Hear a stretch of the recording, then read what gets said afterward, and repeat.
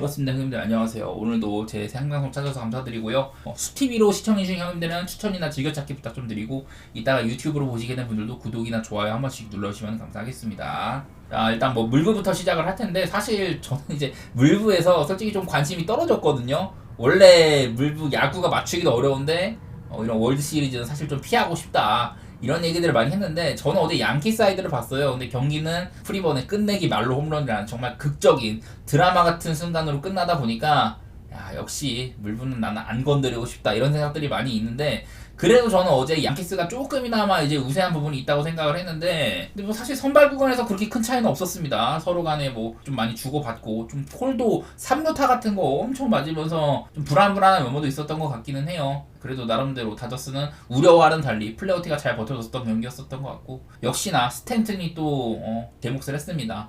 아까도 말했지만 스탠튼이 지금 베이브 루스보다도 포스트 시즌에서 타석 대비 홈런 숫자가 많은 선수예요. 그 정도로 참 훌륭한 지금 성적을 보여주고 있는데, 오늘 거 얘기 좀 해보면은, 일단 야마모토 대 로돈이잖아요. 늘 말하지만 야마모토는 저는 이름만 가리고 보면은 괜찮은 이런 성적을 거두긴 했었다. 하지만 어디까지나 올 시즌이 메이저리그 첫 시즌이고 여러 가지로 야마모토는 그냥 반반이라고 봐요. 이 정도 포스트 시즌 무대에서 양키스라는 월드 시리즈라는 무대에서 과연 잘할 거냐 못할 거냐 사실 말하는 의미가 없다고 봅니다.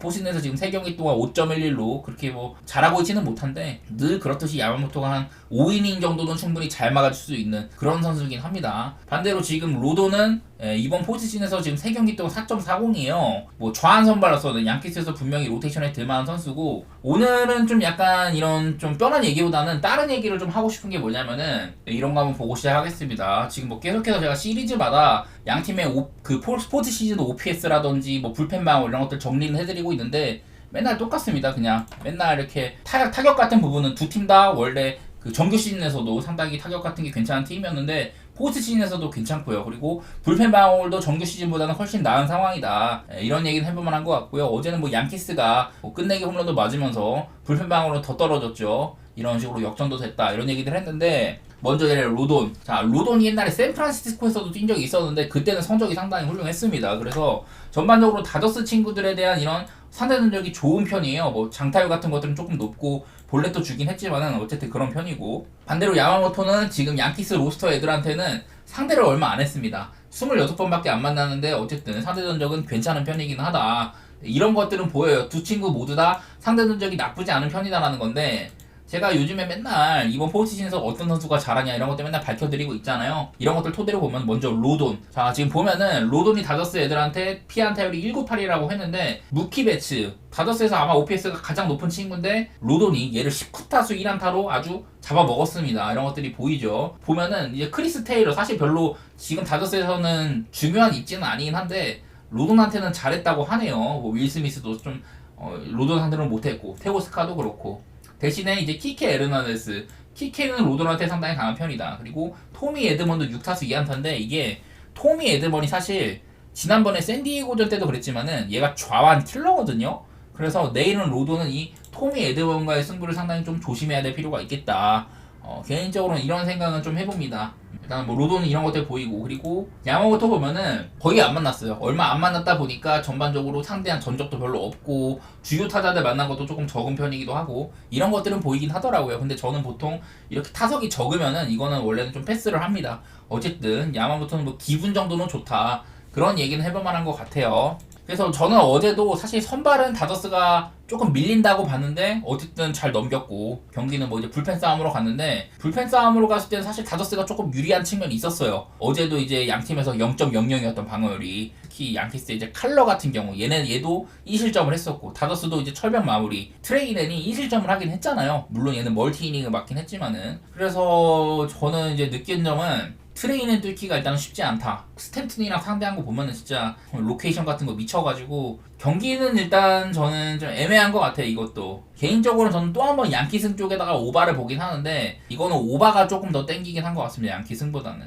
아무래도 어제도 양키스가 게리 콜이라는 확실히 앞서는 선발이 있었는데도 경기를 내줬다. 연장전가 꼭 진 거이긴 하지만은 경기가 좀 길게 흐른다면은 게임이 양키스가 사실 유리한 부분이 별로 없다는 생각이 조금 있어요. 요즘에는 아무래도 다저스 불펜 상태가 너무 좋아서 그런데 개인적으로 뭐 오바라든지 뭐 양키의 승쪽 둘 다 불펜도 많이 써가지고 저는 가면 갈수록 이제 불펜에 이런 녹슨 점들 이런 것들이 드러날 거라고 보는데 일단 선발부터 조금 이제 엇나가면은 얘네는 처맞을 만한 친구들이라고 생각도 돼가지고 저는 8.5여도 오바 이렇게 보겠습니다. 첫 경기는 나폴리 대 레체 경기 한번 해보려고 하는데요. 사실 이게 좀 나폴리가 직전 경기 때 만만치 않은 상대 엠폴리랑 붙었거든요. 저는 올 시즌 내내 이 엠폴리가 작년에는 강등권에 있었지만은 올 시즌 초반에 굉장한 수비력을 바탕으로 좀 일을 내고 있다 이랬었는데 어쨌든 엠폴리는 지금 11위에 위치를 해 있긴 합니다. 반대로 나폴리는 지금 리그 1위예요. 그래서 나폴리가 어려운 상대를 원정에서 꺾고 오늘은 또 홈으로 돌아온다.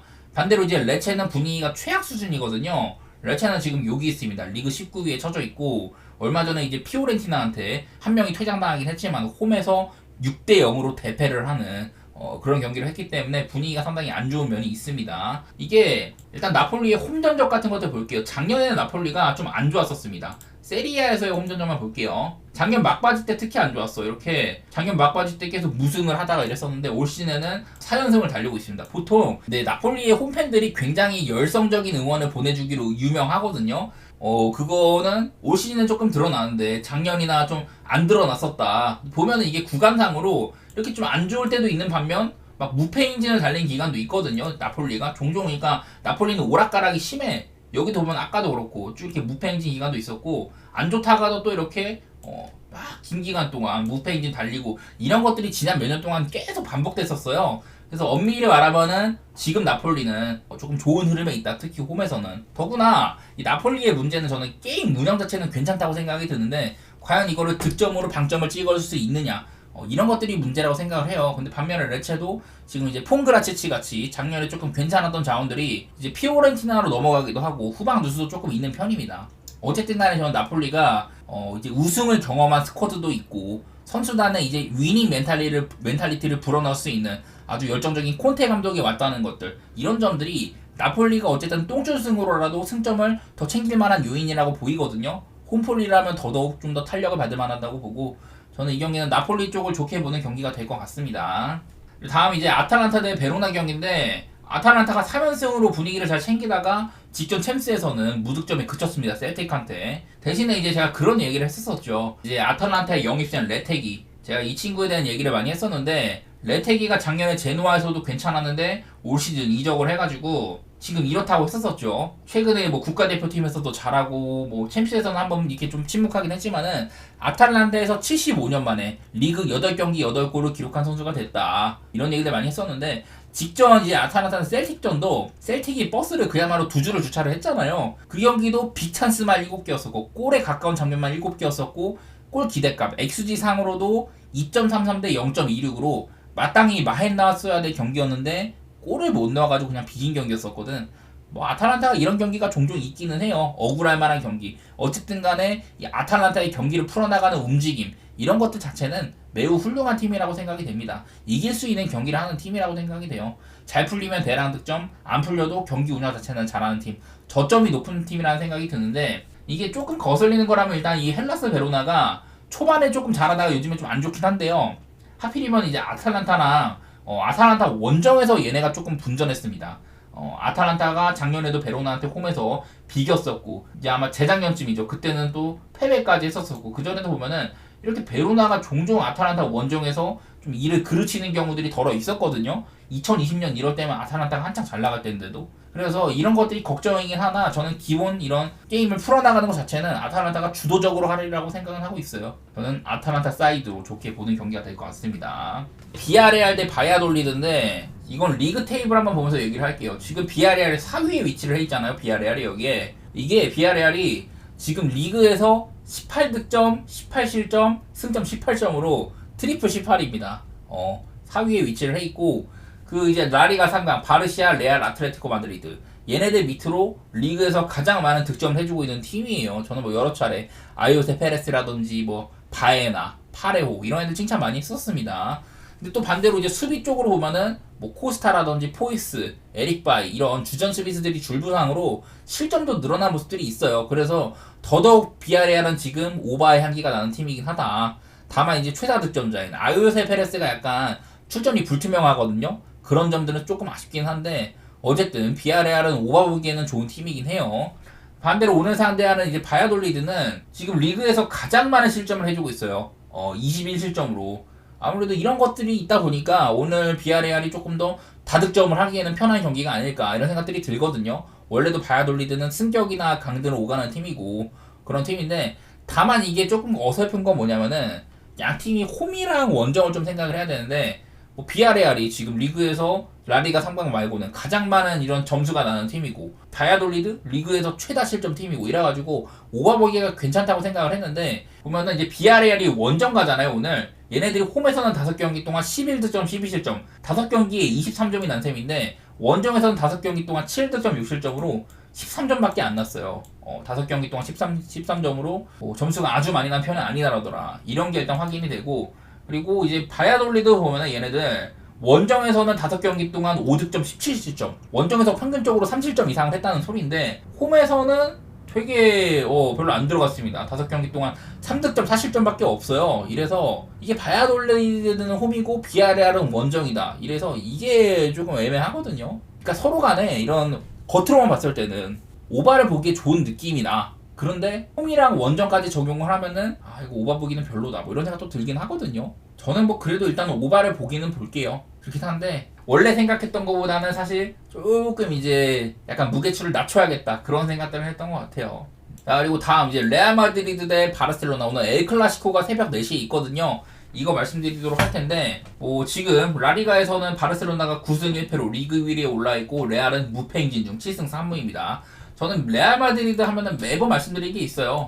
레알 마드리드의 지금 라리가에서의 무패 행진 이런 것들을 많이 말씀을 드렸었는데 지금 이게 되게 재밌는 상황입니다. 보면은 레알이 제가 이렇게 그 챔스 말고 레알의 리그만 보면은 쭉 이렇게 작년부터 해가지고 올해도 그렇고 작년도 그렇고 꼬마한테 패한 이후에 이렇게 쭉 긴 기간 동안 레알이 무패 행진을 달리고 있거든요. 레알은 지금 라리가에서 42경기 동안 31승 11무 지금 대단한 기록이 진행 중이에요. 근데 한편으로는 이게 바르셀로나가 이 기록을 지금 가지고 있습니다. 라리가 무패 행진 기록이 지금 레알이 42경기라고 했는데 바르시아가 2018년까지 43경기 무패 행진 기록을 세웠었거든요. 근데 오늘 만약에 레알이 이 경기에서 지지 않는다. 그러면은 이 바르셀로나랑 타이가 되고 다음 경기에서는 그거를 깰 수도 있는 거거든요. 어쨌든 레알의 이런 무패 행진 기록을 막을 팀이 바르시아가 됐다.